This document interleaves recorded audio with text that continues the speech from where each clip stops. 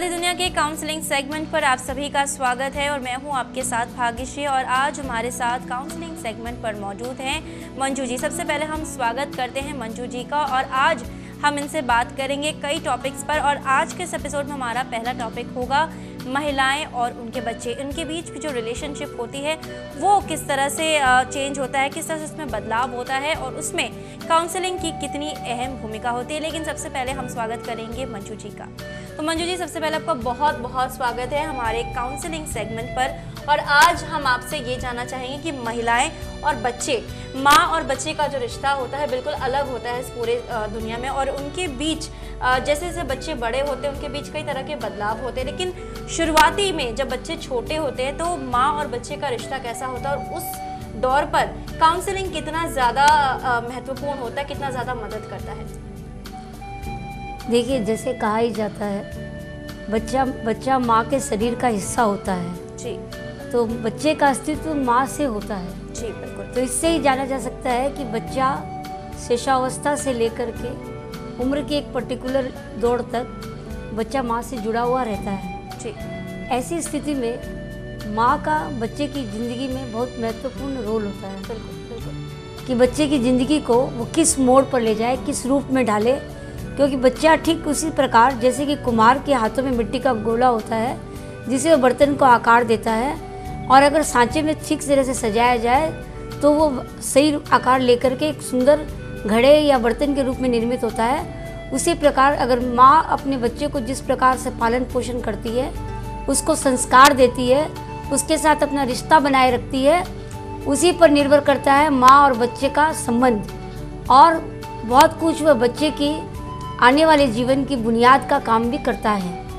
इसलिए बचपन में माँ का व्यवहार अपने बच्चे के साथ कैसा है या माँ ने उसका लालन पालन कैसा किया है, उस पर बहुत कुछ निर्भर करता है बच्चे का उज्जवल भविष्य, जो आने वाला भविष्य है जी। परंतु आजकल ऐसा देखा गया है, यद्यपि स्त्रियां माँ तो हो गई हैं, परंतु मातृत्व के साथ जो उनके पास एक दायित्व आता है, उस दायित्व को निभाने में वो कुछ हद तक असफल होती जा रही हैं जी।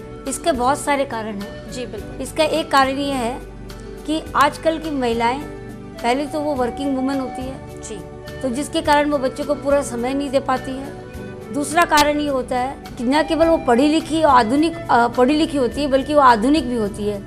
सिर्फ विचारधारा ही उनकी आधुनिक नहीं होती है बल्कि उनका रहन सहन, वेशभूषा सभी आधुनिक होते हैं। और अपने आप को आधुनिक परिवेश में रखने के लिए वो अपने फिगर के लिए भी कॉन्शियस होती है। बिल्कुल बिल्कुल। तो इससे क्या होता है कि उनका एक होता है कि बच्चा जब जन्म होता है उस समय थोड़े माँ के शारीरिक आकार में परिवर्तन होता है, और वो इनको ये लगता है कि अगर वो बच्चे को ज़्यादा ब्रेस्ट फीडिंग कराए या उसको ज़्यादा लेकर के सोए या बैठे तो इससे क्या होता है कि उसको लगे उनका शारीरिक गठन में, संरचना में परिवर्तन आ जाएगा, जो कि उनकी आधुनिक वेशभूषा के साथ मिलता हुआ नहीं होगा।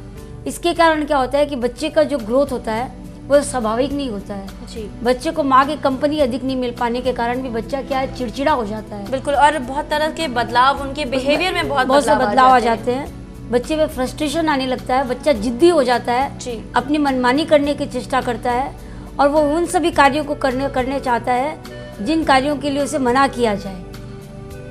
इसलिए आवश्यकता है कि ऐसी मदर्स को, जो कि आजकल की जो नई लड़कियां हैं, नए युग की लड़कियां हैं, जो कामकाजी महिलाएं हैं, लड़कियां हैं और जो मॉडर्न, अपने आप को मॉडर्न सोसाइटी में भी फिट रखना चाहती है, किस प्रकार अपने बच्चे को लालन पालन करे, उसे किस प्रकार के वातावरण में रखे ताकि वो बच्चे को न सिर्फ अपनी पूर्ण मातृत्व दे सके, उसे गाइड कर सके, बल्कि अपनी सामाजिक परिभाषा में अपने आप को सही रूप से बैठा सके। इसमें काउंसलिंग का महत्वपूर्ण रोल होता है। क्योंकि क्या होता है कि लड़कियां जो बाहरी दुनिया में पांव रखी हुई होती है, वह घर के वातावरण से खुद को कुछ हद तक दूर भी हो जाती है। बिल्कुल। तो उनके लिए भी एक नई प्रकार का कार्य होता है कि किस प्रकार के बच्चे को किस तरह से हैंडल किया जाए, उसके साथ किस तरह का बर्ताव किया जाए और उनके बच्चे को किस प्रकार का खान पान कराया जाए। और ये एक मिथ्या धारणा है कि ब्रेस्ट फीडिंग कराने से माँ का जो है शारीरिक संरचना वो खराब हो जाती है। परंतु आप ये जानेंगे कि अगर ब्रेस्ट फीडिंग नहीं कराया जाए तो इससे लेकर के भी औरतों में बहुत तरह की बीमारियां उत्पन्न होती है। ये इसको कहा जाता है दूध की गांठ भी हो जाती है, इससे के कारण क्या है, और भी कई तरह की फ्रस्ट्रेशंस औरतों में आना शुरू होता है। न केवल बच्चा फ्रस्ट्रेटेड होता है बल्कि माँ में भी फ्रस्ट्रेशन आता है, क्योंकि जो चीज़ स्वाभाविक रूप से उनके शरीर में उत्पन्न होती है मातृत्व के कारण, उसका पूर्ण रूप से निकास नहीं हो पा रहा होता है, और बच्चे को वो प्यार भी कम कर पाती है। इसके कारण भी उनमें फ्रस्ट्रेशन आता है। बच्चा जब जिद्दी होता है तो उन्हें और भी बच्चे को संभालने में, उसे मैनेज करने में काफ़ी तरह की डिफ़िकल्टीज होती है। तो इस तरह की जो कि है, जैसे पीडियाट्रिक्स है जी, और काफ़ी कम वो है, वो आपको अच्छी तरह से गाइड कर सकती है कि आप छोटे बच्चे को किस तरह से हैंडल करें, किस उम्र तक बच्चे को ब्रेस्ट फीडिंग या स्तनपान कराया जाए, किस उम्र के बाद बच्चे को क्या खाना पीना दिया जाए, उनके पास किस तरह का। और आप सबसे महत्वपूर्ण चीज़ ये है कि बच्चे को अगर आप घंटे भर का भी समय दें तो उस समय बच्चे को आप ऐसा समय दें जिससे बच्चे को ये महसूस हो कि उसकी माँ उसे प्रेम करती है, उससे स्नेह करती है और वो उसके लिए जीती है। बिल्कुल मंजू जी, बच्चे और माँ के बीच का जो बहुत सेंसिटिव होता है, ये कहते हैं ये रिश्ता, तो अगर बच्चे ठीक तरह से नहीं अपने आप को एडजस्ट कर पाते हैं तो माँ में किस तरह के स्ट्रेस आते हैं, किस तरह की परेशानियाँ उनमें जन्म लेने लगती हैं? वो क्या होता है, जब बच्चे बहुत जिद्दी हो जाते हैं तो बच्चे कंट्रोल नियंत्रण में नहीं रहते हैं जी, वो उन्हें मैनेज ही नहीं कर पाते, उनकी बात नहीं सुनते हैं, न वो पढ़ाई करना चाहते हैं, न वो ठीक से खाना खाते हैं जी, तो दूध भी नहीं पीना चाहते हैं। तो इससे क्या होता है कि वो उसका हर समय क्या होता है, बच्चे के पीछे से दौड़ना पड़ जाता है जी, जिसके कारण वो अपने कार्य में, चाहे वो गृह का कार्य हो चाहे वो बाहरी दुनिया का कार्य हो, कहीं पर भी वो कंसंट्रेट नहीं हो पाती है। बच्चे थोड़े उग्र हो जाते हैं, वो स्कूल में जाकर मारपीट करना शुरू कर देते हैं, स्कूल से भी शिकायतें आती है। तो इस तरह से क्या होता है कि माँ को हर तरफ से सुनना पड़ता है, ससुराल में पति से सुनना पड़ता है, सास ससुर से सुनना पड़ता है, इधर बच्चा उस तरह से परेशान करता है, स्कूल में टीचर से कंप्लेन आती है। इस स्थिति में क्या होता है, वो महिला थोड़ी फ्रस्ट्रेशन का शिकार हो जाती है और अंत में क्या होता है, वो इतना ज़्यादा उसे स्ट्रेस हो जाता है जिसको वो कोप नहीं कर पाती है और डिप्रेशन की दुनिया में जाने लगती है। तो इसलिए इस समय आवश्यकता होती है कि एक प्रॉपर काउंसलर जो उसको गाइड कर सके कि वो बच्चे, काम और अपने कर्तव्य तीनों के बीच में किस तरह से सामंजस्य बनाए रखे, बच्चे को किस प्रकार हैंडल करे ताकि बच्चा उद्दंडता का भी शिकार न हो, सही मार्गदर्शन मिले और जितना समय भी वो बच्चे को दे वो इस प्रकार का समय हो कि उसे भी एक अनुभूति हो कि नहीं, उसने अपने बच्चे को सही शिक्षा दी है, वो बच्चे को अपना जो उसको जो देने चाहिए माँ को, वो बच्चे को प्राप्त हो रहा है जी। प्लस बच्चे को भी ये अनुभूति हो कि नहीं, उसकी माँ उसके लिए है और परिवार के अन्य लोग भी, जब बच्चा अगर चिड़चिड़ा नहीं होगा, रुष्ट नहीं होगा तो आपको उसके पीछे कम समय देना पड़ेगा, तो रुष्टता नहीं आएगी, तो बच्चा क्या है कि बहुत अच्छी तरह से अपने आप को मैनेज कर पाएगा।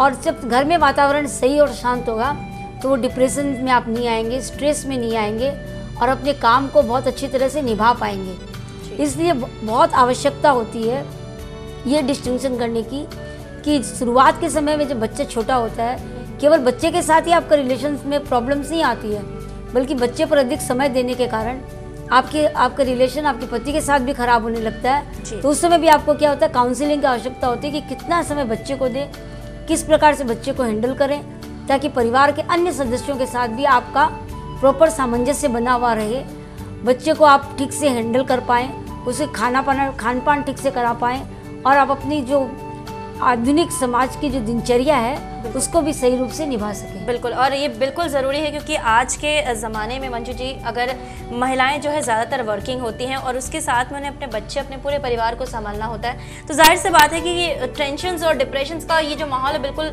बनना ही होता है, क्योंकि वो समझ में नहीं आता कि किससे कितना वक्त दे और उन सब में वो अजीब मतलब तरह से बिहेव करते हैं। महिलाओं के बिहेवियर में भी काफ़ी चेंजेस आते हैं। मैं कहा ना कि वो फ्रस्ट्रेशन का शिकार हो जाती है, उनमें काफ़ी स्ट्रेस आ जाता है, वो ये नहीं समझ पाती है कि कौन सा कार्य उसके लिए ज़्यादा महत्वपूर्ण है। और इन सब में क्या होता है कि उनके चेहरे की चमक खोने लगती है, वास्तविकता से वो दूर होकर के जीने लगती है, वो उनके अपने जो साथी संगी है उनसे भी वो धीरे धीरे कट ऑफ होने लगती है। तो इन सब चीज़ों से क्या होता है, उनके स्वभाव में भी चिड़चिड़ापन आ जाता है, किसी भी कार्य को वो ठीक तरह से संपादित नहीं कर पाती है।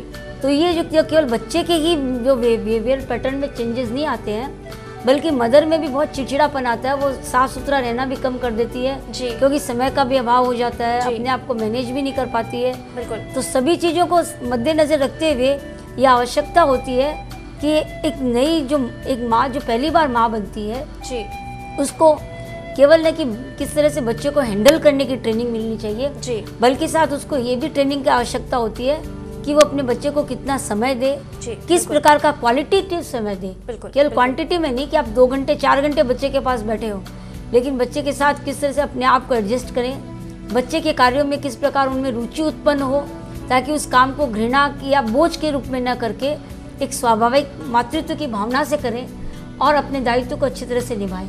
बिल्कुल। और मंजू जी, इस वक्त हमें जितनी भी महिलाएं देख रही हैं, एज अ काउंसलर हम आपसे चाहेंगे कि आप उन्हें क्या सजेस्ट करेंगे कि अगर उन्हें इस तरह से किसी परेशानी है अपने बच्चों को लेकर हैंडल करने में, तो एज अ काउंसलर आप उन्हें क्या एडवाइस करेंगी? एज ए काउंसलर मैं ये कहना चाहूँगी कि जिन बच्चों की जो माओं के बच्चे छोटे हैं और उन्हें मुश्किल हो रही है कि अपने बच्चों को किस तरह से हैंडल करें, तो वो दो तरह की मदद ले सकती है।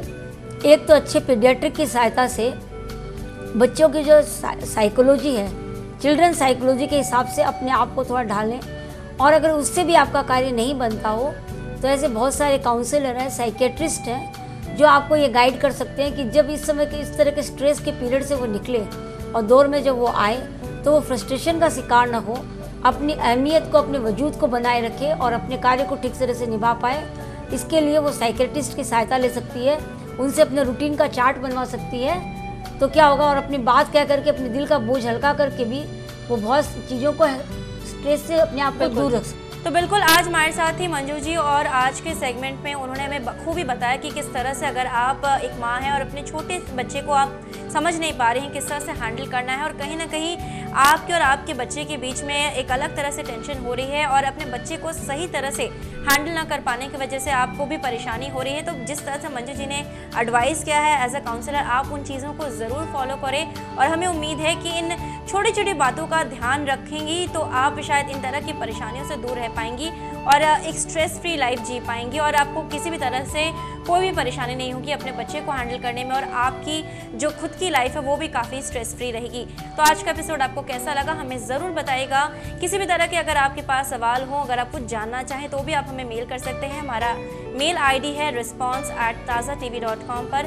तब तक के लिए बिल्कुल अपना रखिए ख्याल और यूं ही देखते रहिए आधी दुनिया।